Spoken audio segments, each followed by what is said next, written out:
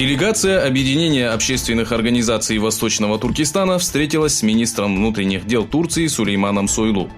На встрече с министром представители уйгурских общественных организаций озвучили свои ожидания от независимой комиссии, которая в ближайшие дни будет направлена в Восточный Туркестан. На встрече был обсужден вопрос депортированной с 2 детьми Зиннетгуль Турсун и китайских центров обучения в Восточном Туркестане, которые по сути дела являются лагерями пыток. Еще один уйгур, не имеющий возможности вернуться на родину из-за давления китайских властей, задержан в аэропорту Катара. Выходец из провинции Хотан Абдулхаким Юсуф в последнее время проживал в Пакистане.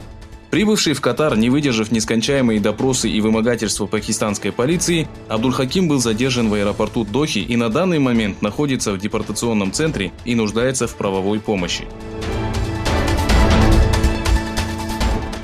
Президент США, сообщивший о том, что начиная с 1 сентября на китайскую продукцию общей стоимостью в $300 миллиардов будет введен дополнительный 10% налог, заявил, что не исключает вероятности роста налога до 25%.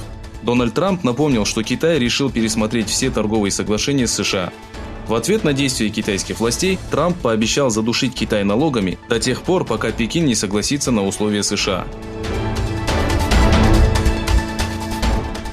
Сотрудничество Саудовской Аравии с Китаем укрепляется день за днем. Из всех стран, тесно сотрудничающих с Китаем, наибольший рост показала Саудовская Аравия.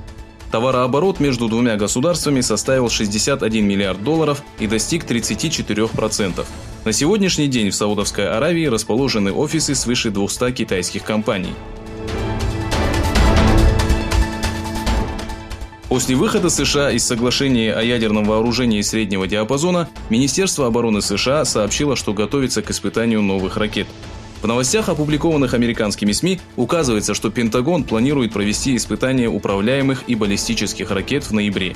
В то время как эксперты предупреждают, что выход США и России из соглашения, действовавшего 32 года, может положить начало новой гонки вооружений, обе стороны обвинили друг друга в несоблюдении условий соглашения.